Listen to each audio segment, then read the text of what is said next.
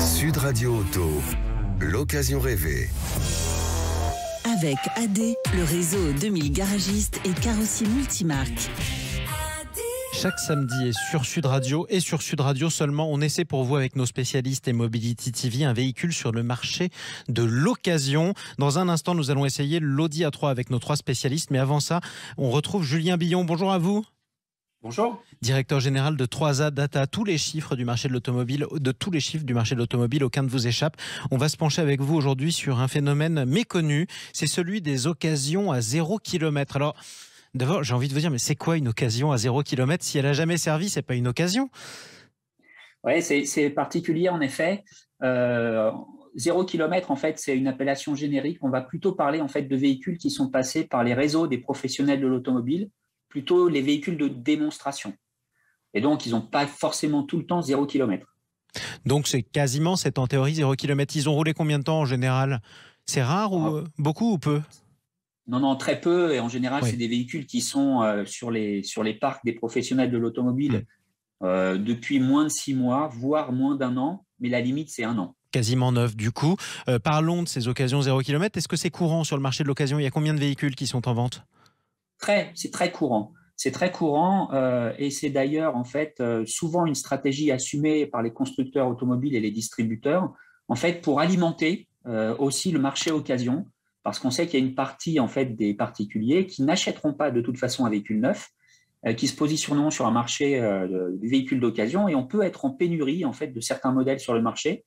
Donc c'est tout à fait logique de pouvoir pousser des véhicules neufs sur les professionnels de l'automobile pour les proposer en occasion. Et puis, ça peut être aussi parfois, surtout en fin de mois, une stratégie en fait pour booster un peu les chiffres de vente et puis déstocker.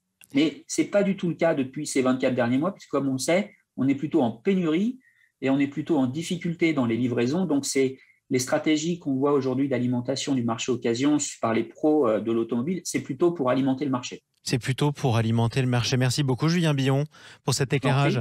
Directeur général de 3A Data. On vous retrouve un samedi prochain d'ailleurs, un prochain samedi plutôt, pour une prochaine occasion rêvée. Aujourd'hui, je le disais, on essaye pour vous l'Audi A3 avec nos 3 spécialistes. Berislav Kovacevic, bonjour à vous. Bonjour. Consultant Mobility TV. Stanislas Laroumet, fondateur de Ma Voiture Idéale, bonjour à vous. Bonjour. Et Guillaume Arnonnet en duplex sur Sud Radio pour Enchères VO. Bonjour à vous Guillaume. Bonjour. L'Audi A3, quelle version, Berislav Kovacevic? Il y en a 4. 4. Il y en a 4. Alors, ça tomberait bien pour l'Audi A4. Là, on parle bien de l'Audi A3, 1996. Et là, elle a marqué une rupture. Il n'existait pas de berline compact premium. Et là, pour le coup, cette première génération a fait un tabac parce que personne n'avait imaginé qu'on puisse mettre du très premium dans une compacte. Et pourtant, on l'a fait. C'est la spécificité de ce véhicule? Entre autres, et ça a été maintenu sur les 4 générations. On veut downsizer la taille du véhicule parce que les enfants ont grandi. On veut se faire plaisir parce qu'on est jeune, on n'a pas d'enfants, mais on veut quand même une voiture très très haut de gamme. L'Audi A3 répond vraiment bien à ce cahier des charges. À ce genre de critères. Guillaume Arnonnet, quel type de prix selon la génération d'Audi A3? Alors là, pour la peine, vous avez vraiment le choix parce que c'est un véhicule qui commence à avoir quelques années sur le marché, donc on trouve vraiment un véhicule d'occasion et qui a été décliné dans plein de versions. Donc effectivement, on a tous en tête la version historique et la version 3 portes. Rapidement, on l'a vu derrière en sportback, donc en version 5 portes. Ensuite en cabriolet et même en berline. Celle-là, on la voit moins sur le marché français, mais elle existe. Donc pour chaque modèle, il y a quand même beaucoup d'offres. Donc vous pouvez trouver ce véhicule. Alors bien évidemment, sur les plus anciens, on va être sur quelques milliers d'euros, et si on prend l'extrême de la gamme, les versions très sportives en S3, RS3, on va être là pour la peine à des budgets qui vont être sur des dizaines de milliers d'euros. Non, mais sinon sur une RS3 qui va avoir 4-5 ans, on va être sur des budgets autour de 20 000 euros, bien évidemment selon les kilométrages et selon les gammes. Mais voilà, c'est un véhicule qu'on va trouver dans une palette de budget qui est extrêmement large aujourd'hui. Stanislas Laroumet, quel type d'usage pour l'Audi A3? C'est une berline compacte très polyvalente, c'est un peu une Golf chic, c'est comme une Peugeot 308 chic aussi, plus cher évidemment, très très très très très bien fini, on est bien chez Audi.